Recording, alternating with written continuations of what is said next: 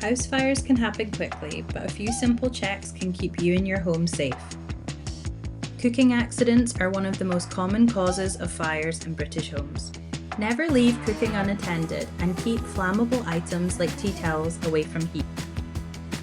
Make sure you have working smoke alarms, avoid overloading sockets, and use and store rechargeable batteries safely. These small steps could save your life. Keep heaters away from flammable materials and turn them off when not in use.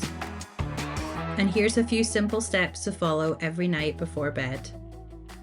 Turn off all your electrical appliances, make sure all fires and flames are put out, and close all your doors.